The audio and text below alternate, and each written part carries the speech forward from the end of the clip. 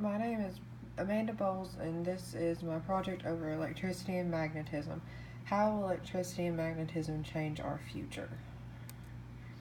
The relationship between the two. Electricity and magnetism are independent of each other, but they also correspond to one another as well.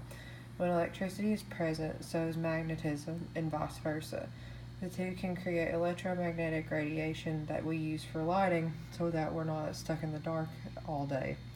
Electricity and magnetism have electric currents and magnetic fields, and these are used towards magnets and also for the electrons that bounce around. We have advanced technology. Some of the examples that have been introduced to our society are electric motors, electric cars, magnets for locking doors, and speakers for our music. We have the future train.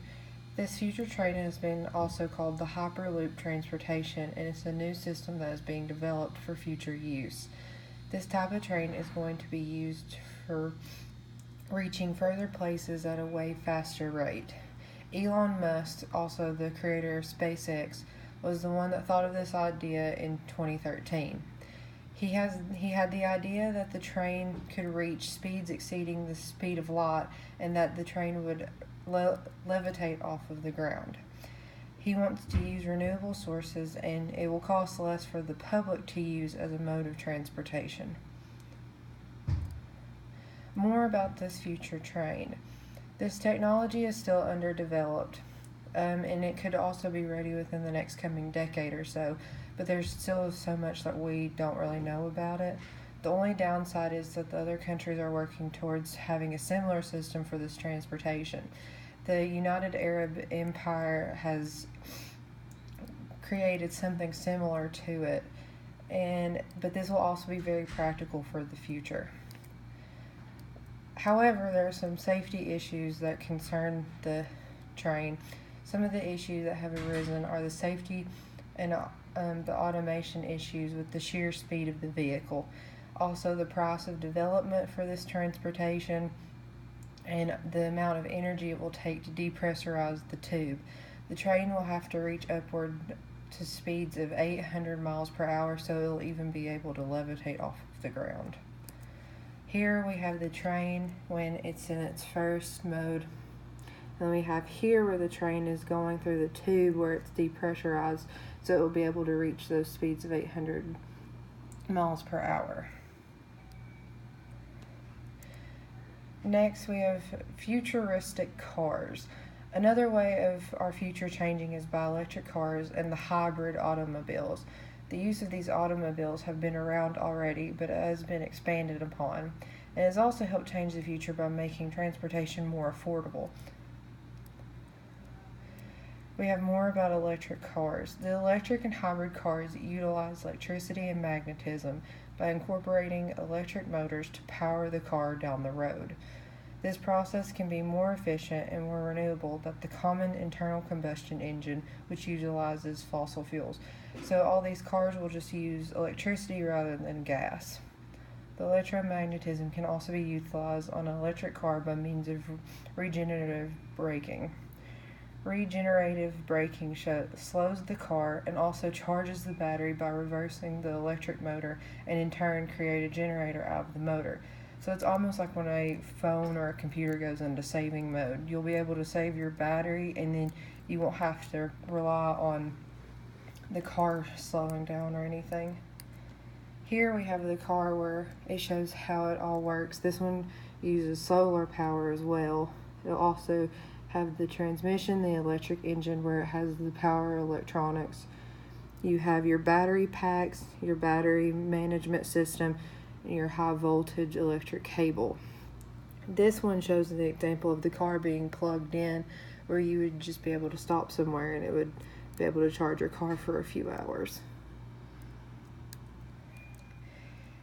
Next, we have radio waves. This energy can be used for power of small electronic devices like smart skins and various wearable electronic devices. This could pave the way to more advanced technologies and help supply the higher energy demand in the future. It could also lead to methods of harnessing other waveforms to create energy as well.